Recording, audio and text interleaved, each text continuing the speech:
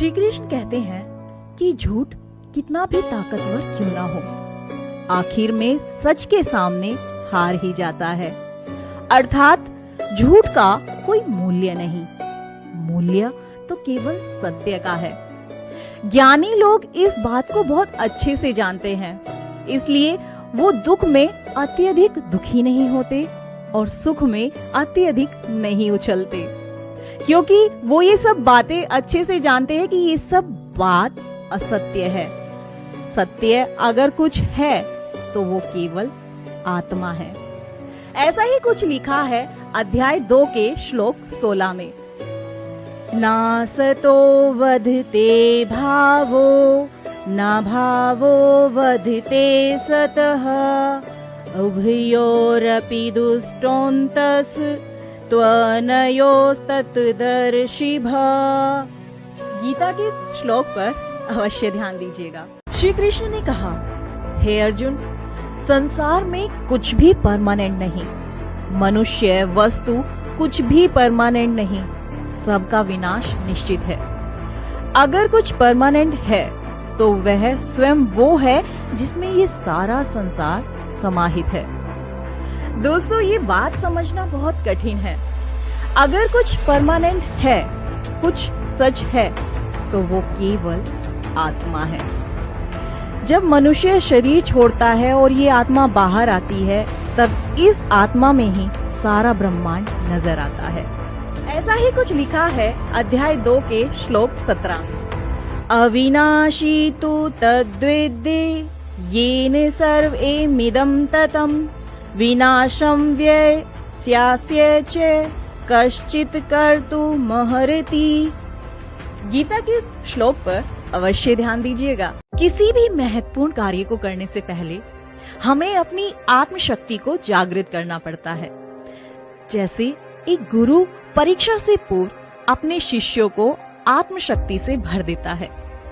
आज के समय में ऐसे अनेक मोटिवेशनल स्पीकर्स हैं जिनको सुनकर हमें हमारी आत्मशक्ति का ज्ञान होता है और हम अपने कार्य को करने के लिए आगे बढ़ जाते हैं। श्री कृष्ण अर्जुन से कहते हैं, हे भरतवंशी, तू युद्ध कर, आत्मा तो अमर है, तू किस लिए इस युद्ध से डरता है? तू क्यों इस शरीर का मोह करता है? ऐसा ही कुछ लिखा है अध्याय 2 के श्लोक 18 में।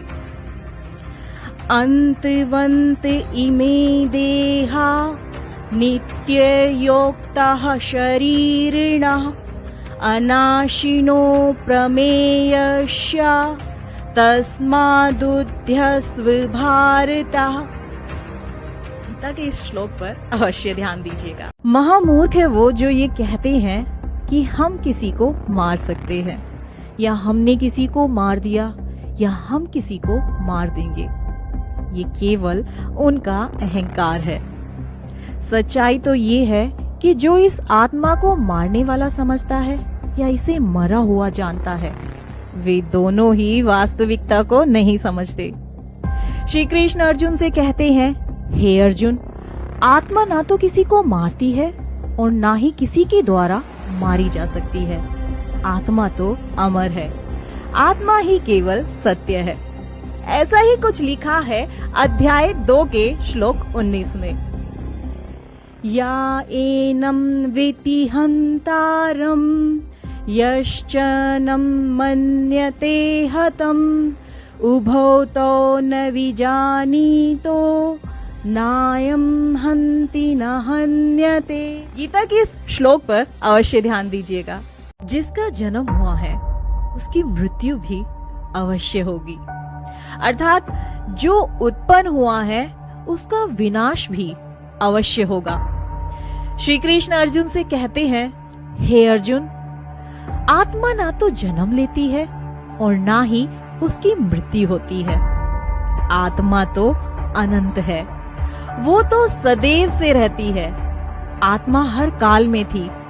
जब कुछ नहीं था तब आत्मा थी, जब कुछ नहीं होगा तब आत्मा होगी। आत्मा को छोड़कर सब कुछ बदल जाएगा। ऐसा ही कुछ लिखा है अध्याय 2 के श्लोक 20 में।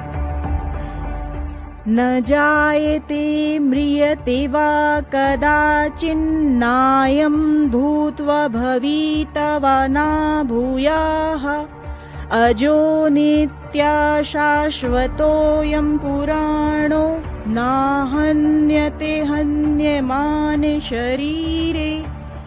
गीता के इस श्लोक पर अवश्य ध्यान दीजिएगा। राधे राधे।